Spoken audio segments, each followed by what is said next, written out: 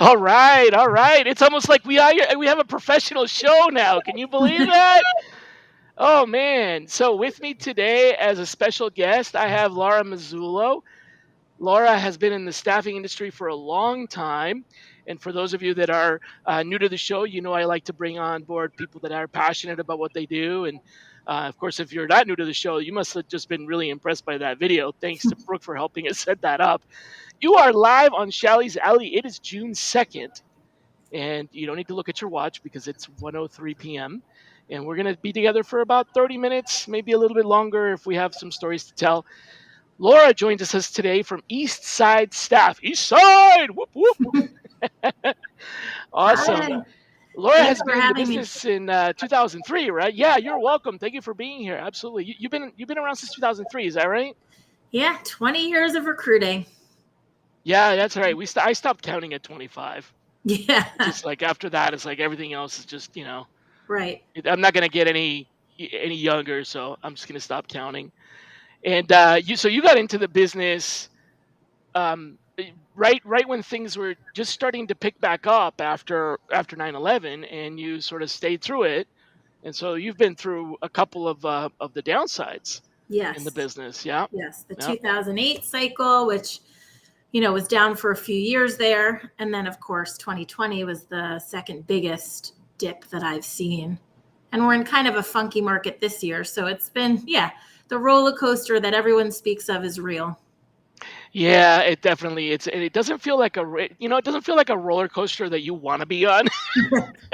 Like one of those fun ones where you get to be super.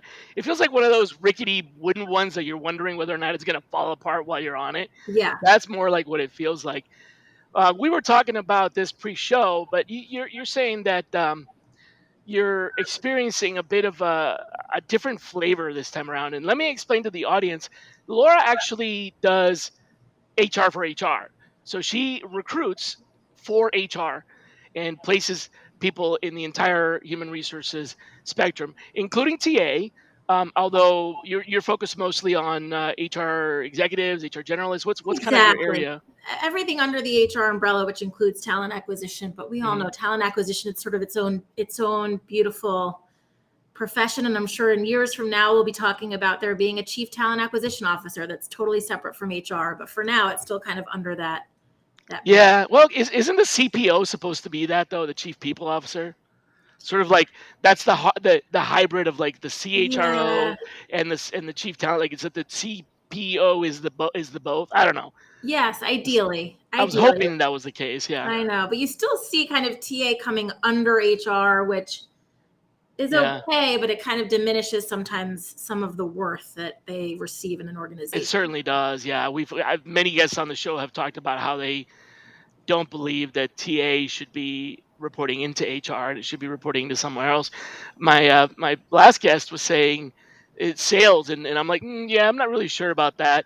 But I proposed the CFO. I always say recruiting, everyone says it's more like marketing. And I think recruiting lately is so much more like psychology. Yeah, but we don't have a psychology department in corporate America. But that would be very cool. Chief psychology officer. I guess we have organizational psychologists and organizational development. Behavioral psychologist. That's right. That could be a cool new. You heard it here first, folks. But it's HR is supposed to have, like, employee relations is part psychology. I mean, it's more than part almost social work in some cases. I know. Because you're dealing with human issues, right? So.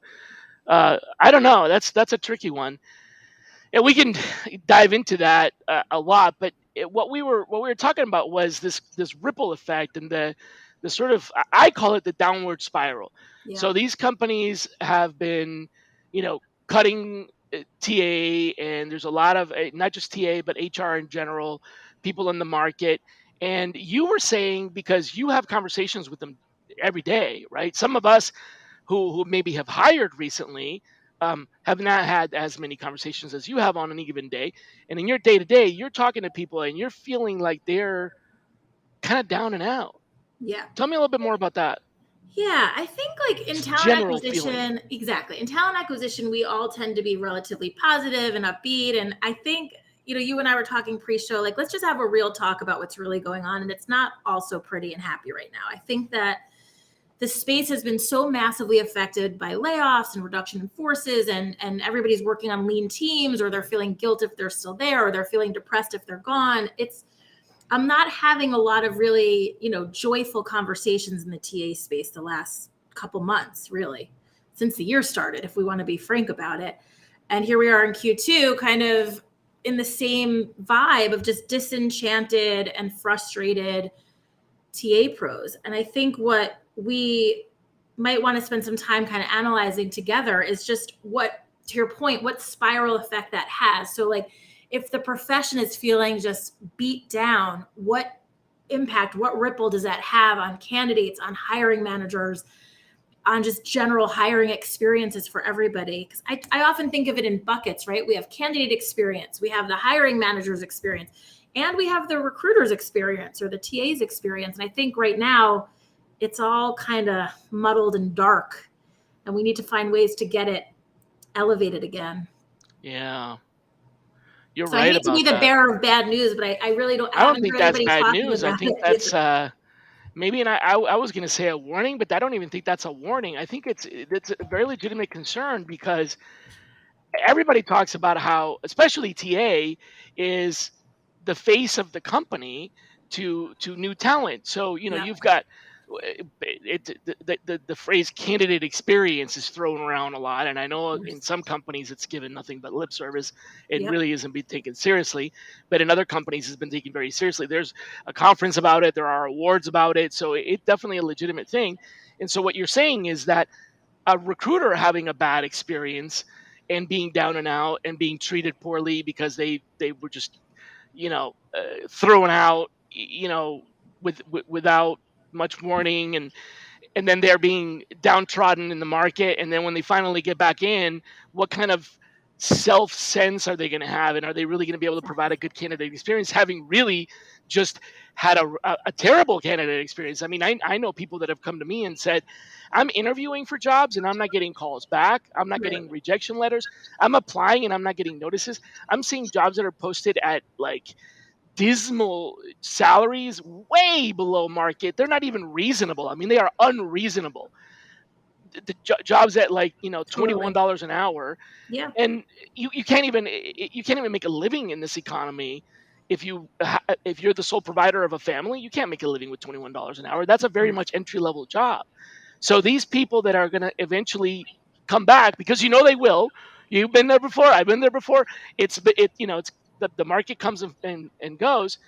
Then when they come back in, they're gonna have this like bad taste in their mouth, Yeah. and they're gonna pay it forward. Totally. We have a great comment from Brian Fink saying, "Wait, recruiters have an experience." I know he's being tongue in cheek, but like I've never experienced anything they ever. really do. And I don't think we talk about it enough. Like, you hear heads of HR and CEOs talking about their employee experience, and they want their employees to feel valued and heard and seen. And yet TA is sometimes, not sometimes, mostly ignored in that way. We think about, does the TA team get development opportunities? Does the TA team have a really great balanced workload? Do they have all of those kind of perks and benefits and experiences that they deserve? Not really, because they're often considered an exception and just sort of left alone. And I think it's just this ripple effect we're talking about of, we were joking beforehand, like, is there someone to blame? And we can play that card for a second, but part of it is like everyone is a little bit to blame, right? Like TA could do a better job of having stronger self-worth, of pushing up for their values, of managing upwards to say, this is what we need and want. But they're beaten down because their executives have kind of put them down. So now they're not able and confident enough to kind of get what they need. So it's a little bit of this, like, everyone has a part to play. Everybody has a responsibility. We can't kind of get anybody off the hook here. It's really like a complex system when you look at it. All the players have to be doing something to make it better. Well, what's that? So, okay, you've been in the business of um, helping organizations hire HR Yeah. people, right? Yep. And so I'm sure if you're any good at your job, which I'm certain that you are, you've been in the business for a long time and you get repeat business, you get repeat customers, you have a reputation, you must know what you're doing. Then these customers of yours are probably asking you for advice. Yes. So what advice do you give them that about this, right? So Yeah. it's almost like that. There's English is my second language, so I have this phrase in my mind that I'm trying to translate into English from Spanish that I grew up with. Um, it's something similar to like the plumber's pipes always leak. Yep. Yep. Yes, we have the cobbler's shoe or cobbler's children who has no shoes. That's it. It's Yes. the same idea, right? So Yes. We don't so look after HR our has the own. worst experience for HR, That's right. basically. Like That's it's right. our business, and therefore we do it the worst. That's right. You're absolutely right. Exactly. No So, offense to Brian Fink, because I think Brian Fink for a short period of time there was doing R for R, as he coined. I think might have been Brian. You might have coined that term, R for R, recruiting for recruiters. cool. I don't know if that was him or not, but Brian was doing that for a while. And then there's people that obviously that do it really well. But my point is that in general, what Yep. you're seeing and what you're telling me is that this sort of depressed feeling from the market of people that are they're telling you, they're sharing with you that they feel defeated, and this is creating a ripple down the line. Yeah. This burnout is going to lead to bad experiences in the future, which That's it. you also commented leads to hiring managers getting poor service Yep. down the line. The Yep. very same people that we're trying to serve now. Right. This So is what's the so big. solution? I mean, what you just said is like, it's massive because I don't think anybody's really said it.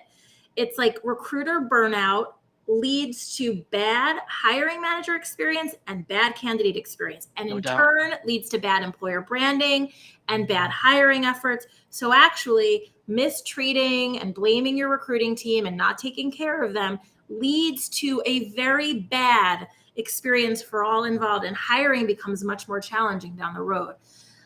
To answer your question of the advice I'd give people, like my favorite HR leaders to partner with, like the ones that are willing to break that cobbler stereotype, are the ones who bring a lot of humility to the plate. And they'll say, look, we hire pretty well. We want to hire better. We are willing to unlearn what we do. We are willing to try new things. We are willing to get advice, to get feedback, to hear criticism. Like we want to do it right.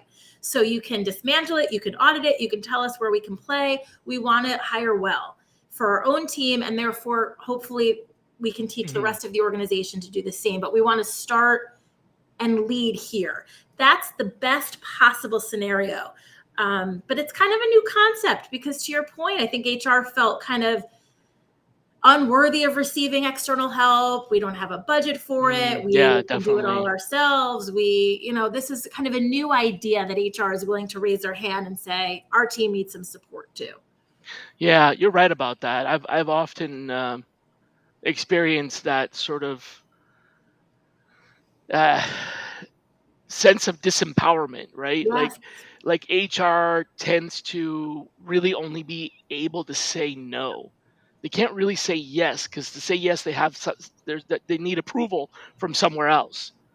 They're empowered to say no to things themselves. yeah, They can end something, but they can't start something without getting another level of approval, for the most part. I mean, obviously, people refer to the seat at the table. If you have the seat at the table, then you can. But I think in some general sense, when that's not the case, you end up only really having the power to say no and not having the power to say yes, not having the power to start something. But see, this is where the interesting cycle we're talking about comes, right? So I'll talk to a head of TA who's disgruntled and needs support, needs whatever, their own training and development, their own additional headcount. They don't go to the CEO because they assume the CEO is going to say no. Then I talk to the CEO and the CEO says, I absolutely have budget for TA. They never come to me. I had no Right. idea they were struggling.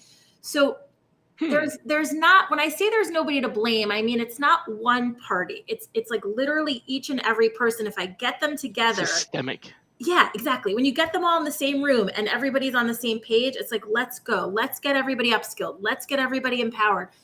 We're getting a great comment here about how recruiting is really business development. But if that's true, think about how sales teams have so many resources. Sales teams have coaches, they have trainers, they have external headhunters, they have Mm-hmm. little monthly, quarterly trips that bond them. I mean, they have everything.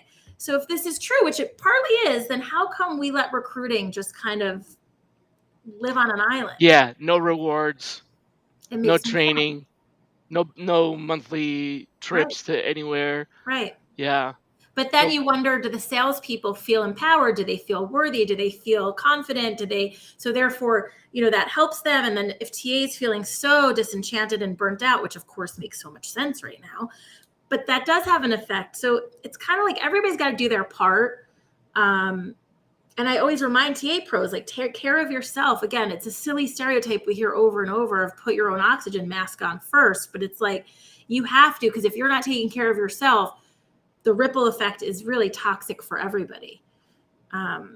So yeah, it's funny. The other thing I wanted just to like make sure we talk about, because I was saying this to you before the show started, and I've never really talked about this on a podcast, but on the agency recruiting side, we are taught that if internal recruiters are bad, it's good for us, right? It's like, oh, good, the internal team is struggling to hire this. They'll call a headhunter, they'll call a search all firm. right. Yeah, it makes our job easier kind of thing. Yes. Or we get more business because they're not like doing a great job at it. And it occurred to me, like in the last 5+ years of my career, how dysfunctional that is. That actually, if we make TA pros internally better, if we develop them, if we coach them, if we train them, if we upskill them, if we make sure they've got all the tricks of the trade that headhunters have on the outside, if they know how to source, if they know how to whatever, push back on managers, use data, etc., then it's better for everybody as a profession. External and internal recruiters can work better as a team. Hiring managers may have more respect for their internal recruiting team. Candidates don't have to feel like they're choosing between, oh, I prefer working with external, I prefer working with internal. Like the TA profession actually becomes more unified. And it's been so clear to me how much we've been taught to kind of fight each other. It's really dysfunctional. That's you know, that's true also in the inverse. If you're a good TA partner, you have strong relationships with the vendors and you maintain those relationships, respectfully because they Yep. can help you do your job. So it's a two-way street. Yeah. It's something that I think many times in TA I've seen almost like an antagonistic relationship Yep. where they're trying to air quotes get rid of vendors or Yep. eliminate vendors. And I've for a very long time, since early mid career, I would say around probably 2003, 2004, around that time, I've always maintained since then that the best way to partner with agencies is to know the company really well and know that you can trust them for specific types of jobs. And I've also maintained at the same time when I've asked as a consultant, and as a trainer, when I've been asked about my opinion around staffing firm practices and Right. people that have said, hey, if I was going to go into staffing myself, what would you recommend? Is to not be a generalist. Right. You're a perfect example of this. You have a very tight focus. Yep. You do TA for HR. You recruit HR people. That's a narrow focus. Yep. If you focus in a narrow niche, you can have, for those of you that don't know what a Rolodex is, the magic Rolodex or the magic contact card of the people that are the movers and shakers in the industry.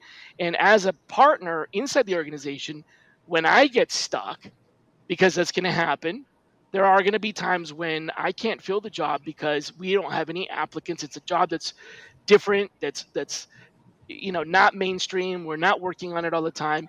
I'm going to get stuck, and it's not worth my time to spend weeks trying to build the network for this one job where I'm only going to hire once. And during that time, I could be hiring 20 other people, right? I might as well hire or retain or whatever a partner that is really good at that one job. Yeah. But what bothers me is when they say yes to everything. Of In course. other words, if Yeah, I'm of the course. TA partner and I go out to an agency, like, can you guys do this? Oh yeah, yeah, yeah. Can you do that? Yeah, yeah. Oh yeah, we do all of that. We have this, we have that. That doesn't give me a good comfort level. I've Of I've course. had the best experience when um, when I was at Coca-Cola, there was this type of job called category management, which is in retail. Some folks might know it as the kind of quantitative analyst, statistician, data. They're the data people that determine and predict product placement and categories and SKUs, and it's really mathematical. Yeah. So it's not the kind of it's not marketing, it's not sales, it's like statistics and psychology mixed together. Very weird kind of combination of skills. You don't go to school to get taught category management. So when occasionally these jobs would come open, that was one of the times when I was like immediately go to my Rolodex and call this Right. guy that I knew that was in Right. staffing, because they probably knew three people that were Yeah. available right now, and I could get them interviewed and hired so much faster than if I try to take it on myself. Right. So it kind of cuts both ways, right? We It can be does. really good partners to agencies, and agencies can be really good partners to us, but it has to be a mutually respectful relationship, not one where we're the client and you have to do whatever we tell you to do. We're the Right. customer, we're the ones that are always right. No, no, actually, no. If you're hiring an agency for a particular reason, let them do their job. That's Yeah. their expertise. Yeah. Likewise, when a hiring manager is talking to a recruiter and tries to tell them how to do their job, right? Yeah. It's the same thing.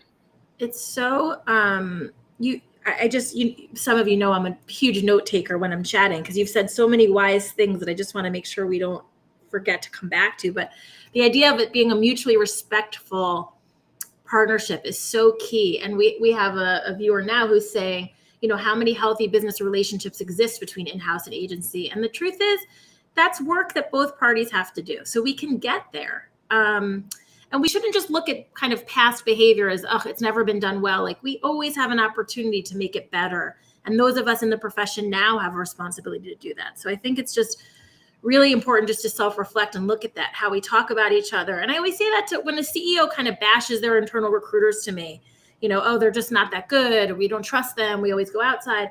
I don't just take that info and let them get off the hook. I say, like, tell me more.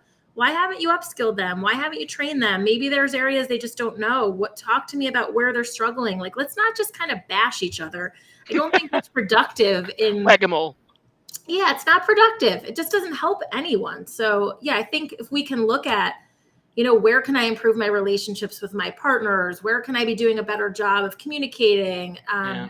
To your point too, Shally, we have choices. So I always say that when I hear, oh, I don't like the external recruiter we chose to partner with, or, those are choices. You can choose who to partner with. You don't have to settle. You can make really wise choices, and kind of give people back that agency is really important. The other part that I think is like kind of coming up for me as we're talking about this, I don't think TA pros, I know they haven't. TA and HR, we'll just call them, the whole umbrella of the TA space, really. It's not been historically acceptable to ask for help. They've been like, we've all been kind of conditioned just to do it, to get it done, to be resourceful, to have the answers. So like, a lot of people say to me, I feel like it's defeat if I ask for help, or I feel like it's defeat if I go to my CEO and ask for something. And it's really, that's the big shift we're starting to see, is that empowerment that the sales team has, that other teams have, just to say, we need this. This is what we need to have a better experience for our, Brian's asking, why is TA mixed with HR?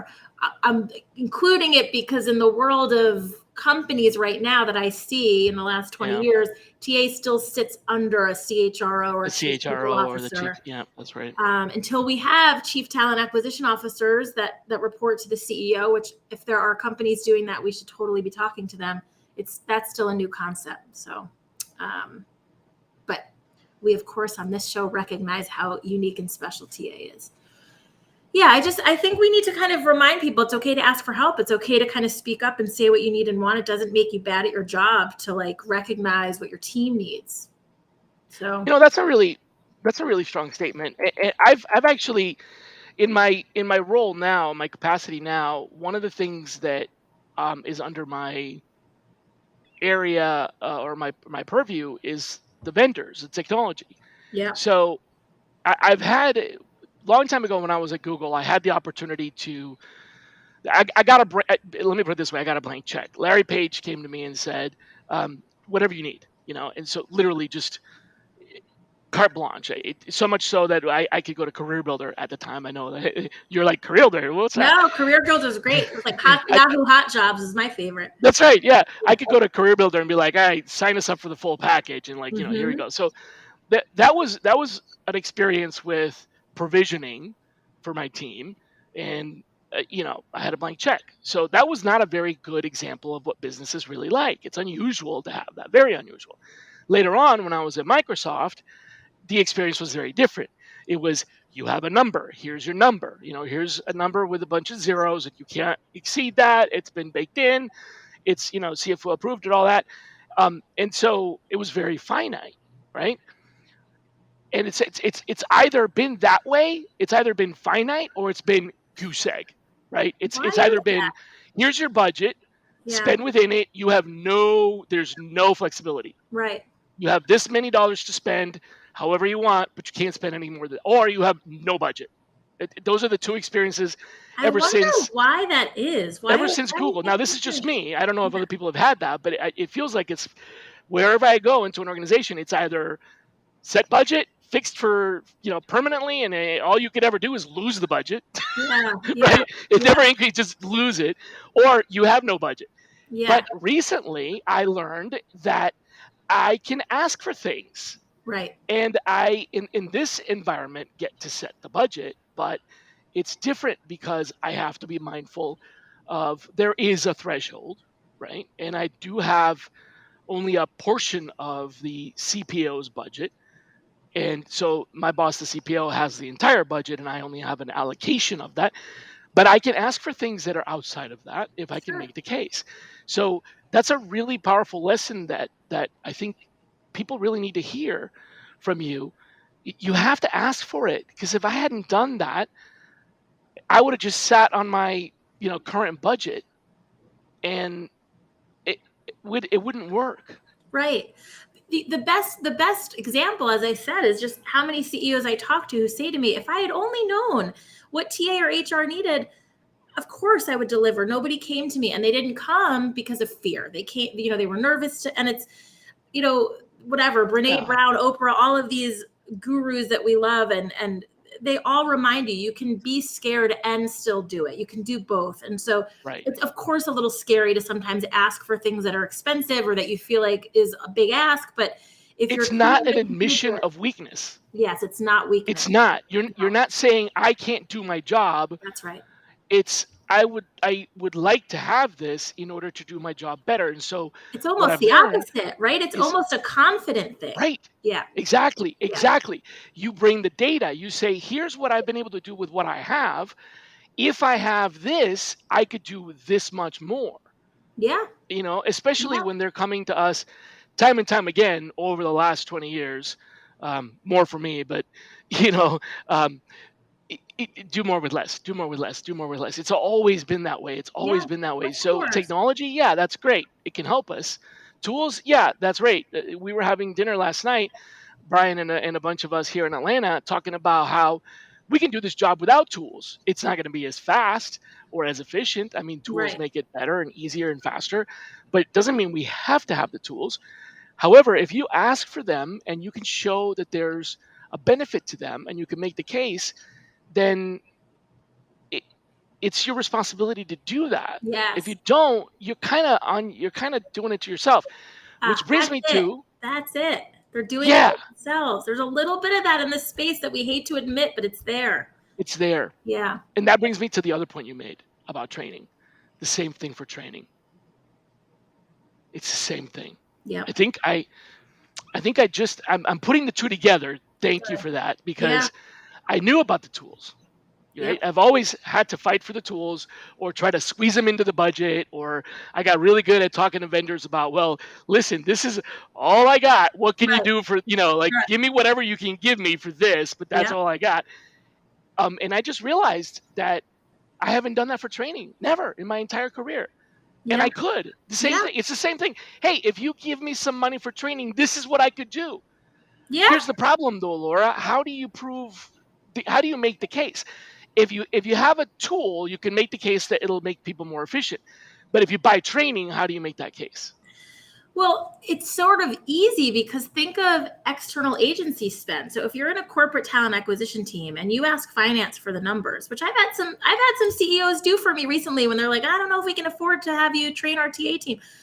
They'll come back to me and said, okay, we spent $500,000 last year on search fees. We paid, they didn't even realize how much, hundreds of thousands in small companies even.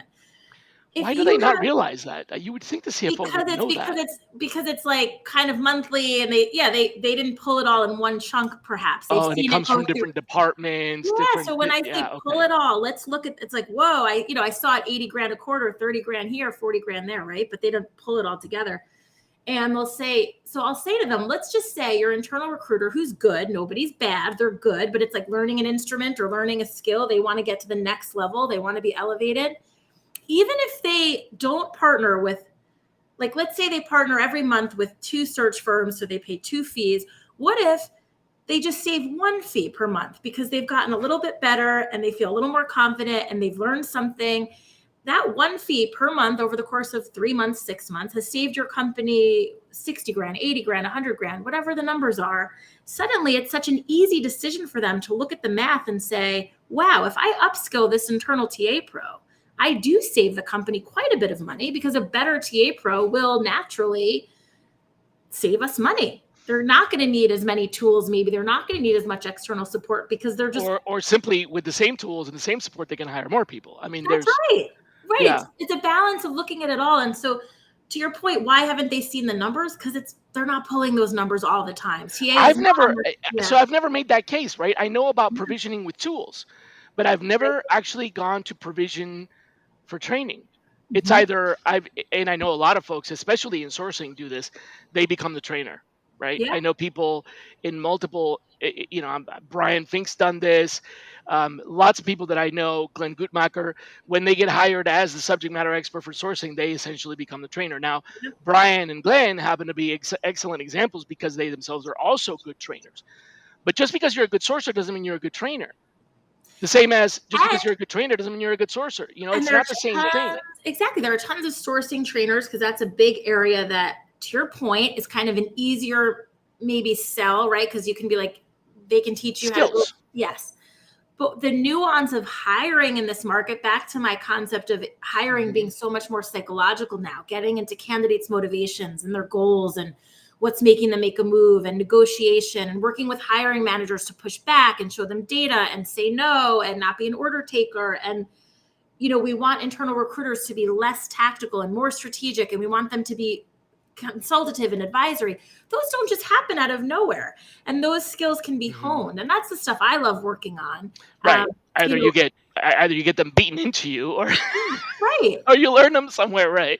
Yeah. And so, exactly. And so I've had clients even saying to me, this makes so much sense because even if we have our head of recruiting get some support, then they can train their team and it trickles down. So there's so many ways to look at it. But yeah, I think we've never had to make a case on why executives need coaches or why the sales team needs training. But this is the first time in our TA history that we both can remember where TA is raising their hand now to say, what about us? We need a lot of help over here, as they should. Make the case. I think that's it. You got to make the case. So 2 things: don't be afraid to ask, Yeah. and make the case. And the light bulb for me is the same thing goes for training. I mean, Yeah. we talk about how we never get any training in TA. Have we asked for it? Right. Have I we know thought about sometimes how we to? have, but you just go, "Hey, I need some budget for training." No, that's not the way to do it. It's more like, if I get some budget for training, let me tell you what I could do. Yeah. I do want to go back to something that Daniel. I don't know if it's going to fit. Oh, there we go. Okay. So Daniel Miller, I want to answer this. Not that it was a question, but I do understand the point. Um, what we were talking about with niche Sure. agencies, you work in a very straightforward niche. It's very well defined. Do you agree with the statement of you should be able to fill any role in any industry? So what's coming up is like the word industry. Okay. So Any role in any industry. I mean, yeah, so yes, you exactly. could, You could. but at what cost? So I specialize in HR in any industry, right? Right. Because if I just did only HR in tech, it's too small of a niche, or Right. right? And we made that That's mistake. your focus is HR. Exactly. Right. We did that mistake Your in focus could be 2008. construction, and you could do HR or accounting, or your focus could be accounting, and you can do construction or or tech. That's it. Yeah. That's it. And I think both of those are totally okay. I happen to think the way I do it. But any and any, I think that's a bit. Any and any is too hard. Exactly. And I think that when let's say you only recruit finance and accounting pros, you really do have an expertise in finance and accounting. Yep. Whether that's finance and accounting and construction or finance or whatever is, yeah. So I hear you. Of course, there are always, we're not making statements. Could you do it? Absolutely Yes. never. You But could. it's not. But then there's the cost, right? And and I'll tell you what I've seen time and time again as a consultant is recruiters in an agency at the vendor in a partner environment where the recruiters will abandon the rec and they Sure. won't tell you why. Sure. They'll abandon the rec because it's just too hard to fill. Right. Because in the same week that they would spend trying to fill this one rec that they are not used to working on, sure they could do it, but they're not used to doing it. And so it's going to take longer. In that same week, they can make 2 other placements and bring home higher commission checks. So as an agency recruiter myself and a lot of the people that I've trained, I can tell you that we silently quit very frequently. We know some recs are just not going to be worth our time. Yeah. We can fill them, but the opportunity cost is too high sometimes. Sure, we could do it. The same thing happens in TA, and that was my point before is as a corporate recruiter inside of a TA organization, sure, I could fill this job. It'll take me 6 months. Can we really afford to, Right. Can we wait 6 months? Yeah. Can we wait 3 months? I mean, Right. we really don't. So that's where going to a partner and saying, hey, I know I can trust you to fill this job in 6 weeks. It goes back to my value of humility that we talked about. Like the internal recruiter should be humble enough to be like, I can do this. I'm not going to for whatever the reason. It's hard. It takes a long time. And the external recruiter needs to be able to say, thank you so much for reaching out to me. This is out of my bandwidth. This is not my expertise. I have a few other partners to recommend to you. Best of luck. You know how many times a day I do that? It's like my colleagues must think I'm crazy, but I'm not going to take on stuff that is not my expertise, is not my passion. Opportunity cost. Yes, that's right. So I agree completely. I think all of this is tying together, though, that we as a profession in TA, corporate or agency, need to be more transparent, more humble, more willing to admit where our limits are. We can be less burned out if we actually do that. And that's back to our cycle of the, burnout leads to all these negative effects. And so it's our responsibility as individuals to self-soothe to a certain extent, to understand what our limits are. And it's okay. Yeah, exactly. I'm just hearing so much kind of disenchantment and it's depressing because we have to just start with ourselves first and say, okay, hold on, what can you do to make it better? And then, of course, as you say, it's the enterprise. Of course, we'll talk to CEOs about what they can be doing better and heads of HR, and everyone has a role, but we at least need to take care of ourselves and our own teams, especially right now. Yeah, that's a really good point. And there's a lot of support out there. But even the people that are most well-intentioned have limits. And if you're trying to help somebody, if you're trying to boost somebody and they themselves are just intent on staying in that negative cycle, that negativity is hard to overcome. Yeah. It shows up in the interview. It shows up, so I think that's the vicious cycle that we need to break. This is the part that I hope people take away from today's chat is like, nobody is to blame. We're not throwing anybody under the bus. We're just saying we all should just self-reflect and think about what we can be doing to elevate TA. And it really does start with like, how are we doing? Like if you are disenchanted and you're burnt out and you're tired and you're overwhelmed, like what can you do? Can you ask for help? Can you talk to your CEO? Can you take a day off? What is it? But don't just like accept it It's like nothing actually changes. Yeah, that's a good point. It's the boiled frog analogy. You know what Right. I'm talking about? Remind me. It's this grotesque analogy of like if you put a frog in a pot of cold water, they'll swim around and be fine, and you just slowly turn up the heat. Eventually, the frog will just get cooked and won't even realize it. But if you put a frog in a pot of boiling hot water, they'll jump right out immediately. So, Ah, you throw somebody into the heat and they know it's hot, they're getting out. But you throw somebody into the cool, and and you slowly turn it up, yeah. they don't feel it coming. It's you're boiling yourself Yes, by letting that exactly. build up. It's Exactly. a really good point. Yeah.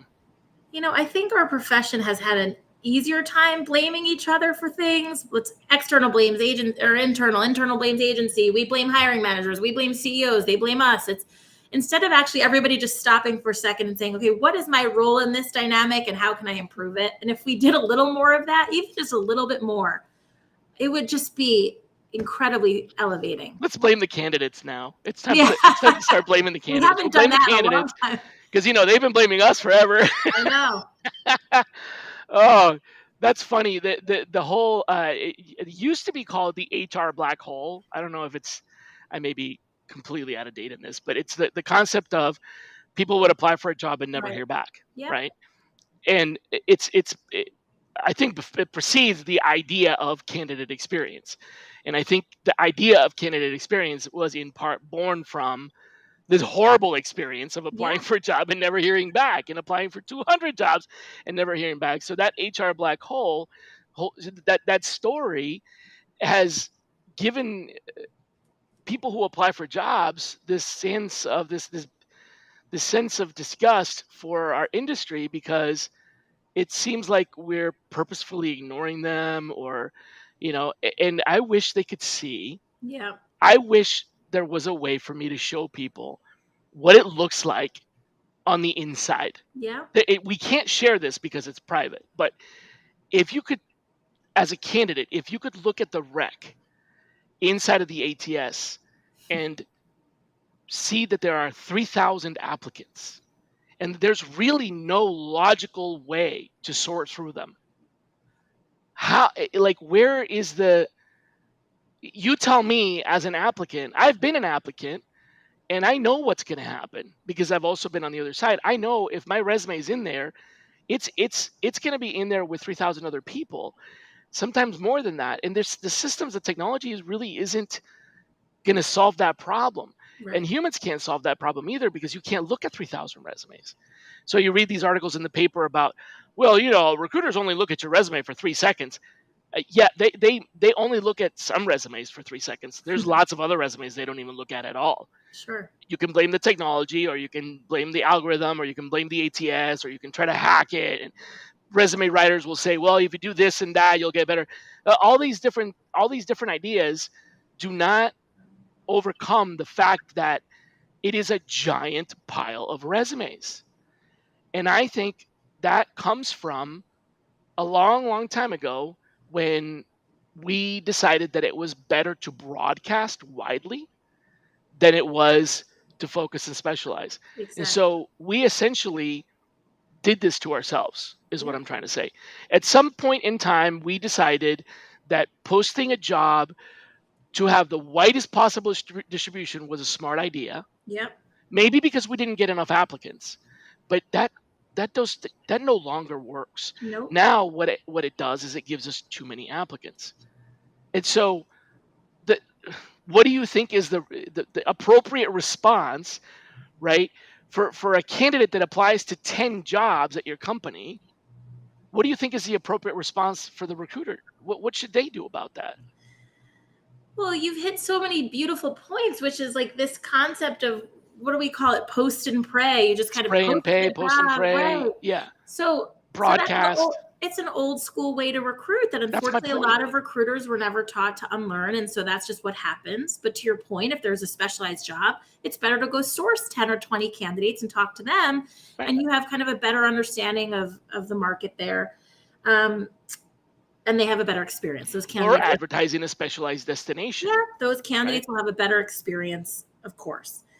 I think I try to manage candidate expectations to your point about this, which is that, I could email 50 HR leaders to introduce myself, to connect, to network, and I hear back from 10, 5, doesn't matter, not a lot. And I've learned over the years not to take it personally. It's usually not about my content or my message or my brand. It's just people don't reply. It's just, they're busy. They don't want to. I don't know. Mm-hmm.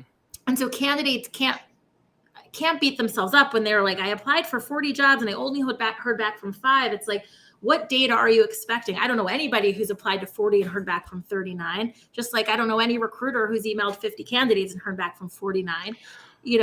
That's a really good point. So that is the adequate response then. You're right. And Daniel's point of, it's a volume game, apply for a bunch of jobs. But I think there's a root cause for what Daniel just said. And that is most of those jobs aren't even open anymore. They've been filled or people have enough candidates. So one thing I've tried to implement recently is looking at, I used to think that we would cut off a job when it reached, a certain number of candidates. Yeah. I'm going to throw out a number. Once there's 1,000 applicants, we just unpost it because we can repost it. There's nothing wrong with that, but we need to unpost it when we have 1,000 applicants. Well, what I didn't realize is just how bad the problem really was. If we cut it off at 1,000, 999 of them were unqualified. So that cutoff didn't help anybody. I thought it was helping candidates who were expecting to hear back, and I thought it was helping recruiters who would have more time to sort, but it didn't help.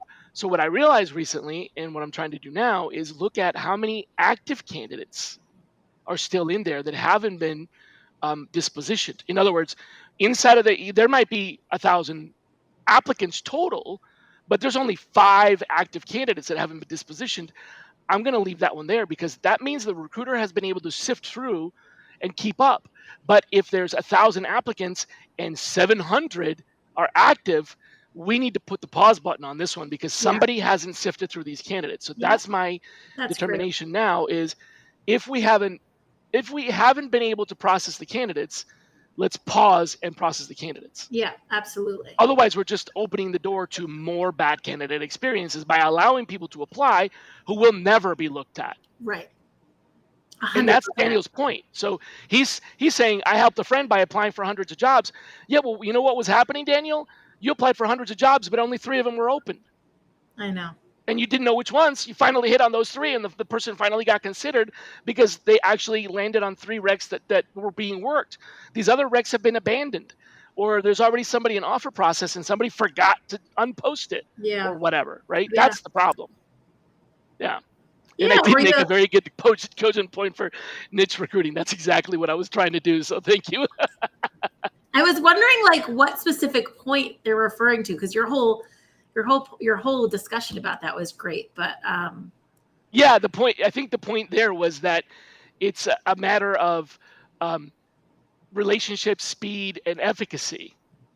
If you have a good relationship and it's going to be more efficient, less costly, it's going to be faster, then it makes sense. It's not wasted money.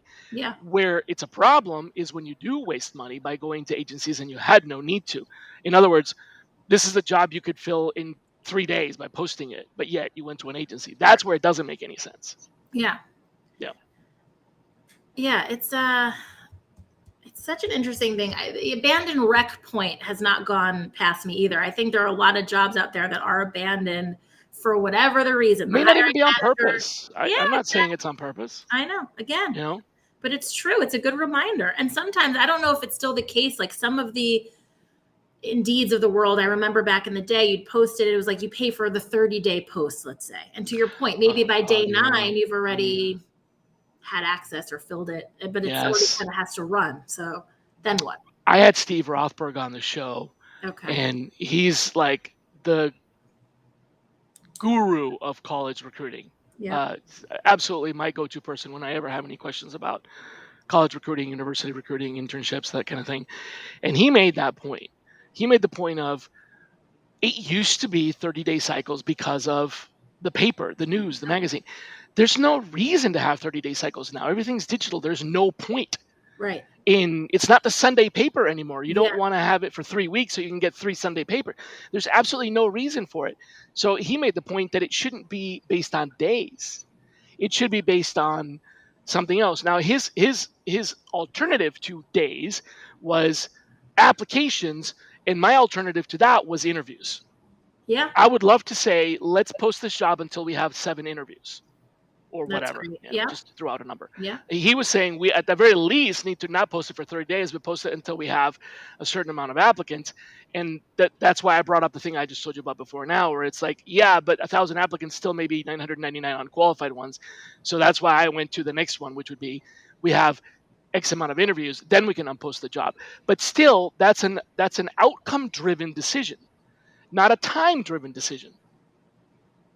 It Yeah. doesn't make any sense. You're right. It just doesn't make any sense to have it open for 30 days. And let's teach recruiters how to source and how to network and how to pipeline and all of those pieces that like change the whole dynamic, that maybe it's not going to look like an application process in 5 years from now. Oh yeah, that's what he was talking about as well. You know, it may not look like this because you're right. It's getting too robust and too overwhelming, and it's not good for anybody. It's not good for the recruiter experience, not good for the hiring manager experience, not good for the candidate experience. Yep. And again, all 3 parties need to be doing things that make sense for all of them. That's true. Yep. Well, that's a really good way to, I think, wrap up what we've been talking about today. Thank you so much for coming. I loved it. My brain is totally like vibrating with ideas. I took a ton of notes, so I might make them legible and share them with everyone. I just that'd be great. If you do, let me know, and I'll make sure and promote that on our social media. Yeah. You know, you haven't been on the show before. You probably don't know a whole lot about it, but I always like to do something at the end of the show, and that is to ask my guests to leave us with some kind of thought to chew on for the weekend. Okay. It doesn't have to be about what we talked about. It could be just something that you want to get the word out about and you want people to think about. Yeah. Okay. The first thing that's coming to my mind, so I'll stick with that, is the next time you're ready to blame somebody at work, stop for a second and think about self-reflecting instead, and what can you do to help the situation? I think that would help a lot. Have a great weekend, everybody. This was so fun to have all the comments and questions too. It was really made it so much more interesting. And Shally, you were great. It was fun brainstorming with you. Yeah, my pleasure. Glad to have you on the show. Thank you so much. Yeah. Well, that wraps up our show for this Friday, everybody. We will see you next Friday on Shally's Alley, and be kind to each other.